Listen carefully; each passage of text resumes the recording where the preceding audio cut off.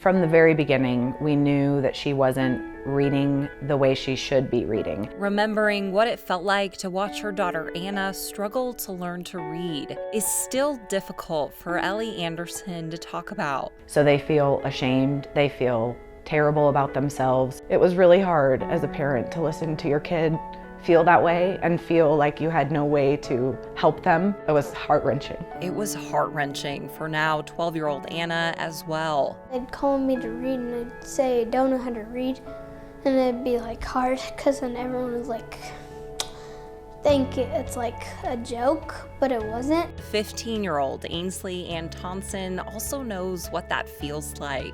I was just really struggling with learning how to read and just understanding what was being asked of me in school. And it wasn't just affecting her at school. Outside of school, it would be hard to make friends and stuff because I wouldn't be able to understand what everyone else was asking of me. Not being able to read is a surprisingly big problem in Oregon. The most recent statistic we have for Oregon reading scores is 2022, and only 39% of third graders in the state of Oregon read at grade level.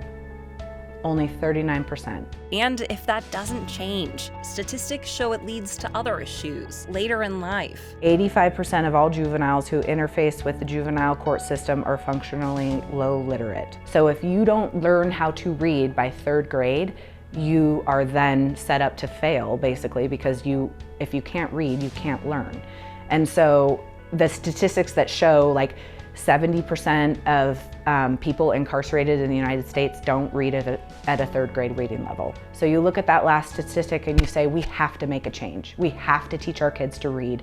We have to do this for our community because they're gonna end up feeling terrible about themselves and having social issues, having mental health issues, being disruptive in society for no reason, right? They are worth more than that. That's why Ellie Anderson co-founded Elevate Reading Center and started a nonprofit called Anna Spark to help fund scholarships for kids to go through the program. So it's basically structured for auditory processing disorder, but it works for everyone. And it is the most scientifically studied and researched methodology and program in reading today. Elevate Reading Center made a huge difference for both Anna and Ainsley, who are now program graduates. All my teachers are so surprised on how quickly I can do stuff. It's a lot easier to do school because before I started Elevate, I didn't really know how to read and do anything in school. This has saved our lives.